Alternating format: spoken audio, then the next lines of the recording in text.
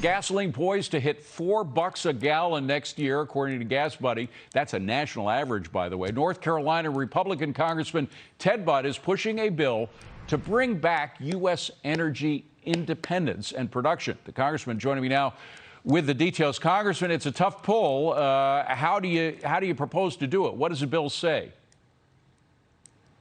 Well, thanks for having me, David. Again, it goes, what Biden is doing is America last, and what Trump was doing is America first.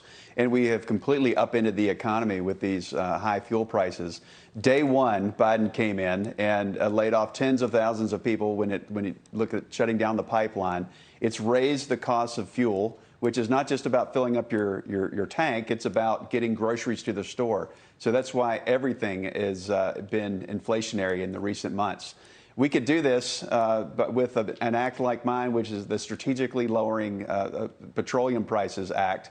Bottom line, Biden should not be dipping into the strategic petroleum reserves when he could simply stop these horrible policies that are driving up the prices for average, hardworking American men and women.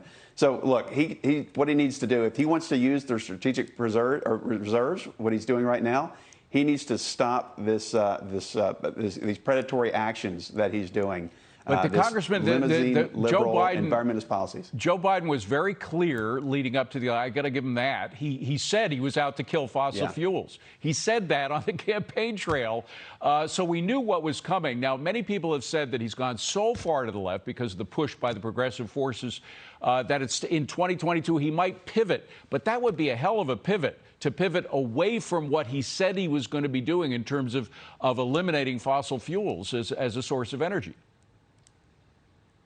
Well, look, he had to do that to get elected by the radical left, and he's certainly, you would think with a thin majority like he has in the Senate and in the House that he would be cautious, but they have been reckless, including on day one, January 20th of earlier this year. So only, a little less than 12 months ago, he signed into a policy through executive order that which eliminated 10,000 jobs and shut down pipelines, while at the same time, he's demonstrating American weakness by approving things like Nord Stream 2 in Russia. Yeah. It's completely America last versus the America first policies that we did have. Well, it is. But again, the question is, will he make a pivot? I mean, it took he's no Bill Clinton, but Bill Clinton made a pivot after the midterm elections in his first term in office. We're going to have midterms. Everybody expects Republicans to sweep, if not take over the House itself. Very quickly, we only got about 20 seconds, but is it possible? Do you think that the elections in 2022 will make Biden pivot on energy? I don't think that he will. He's going to become more radical, more entrenched, maybe after the midterms, but that's over 300 days away. And I think these train wreck policies have so much momentum that he's going to continue them. And America is going to tell him what they think in the midterms. All right. Congressman Budd, we thank you very much for coming in. Appreciate it. Have a wonderful new year. Thanks a lot.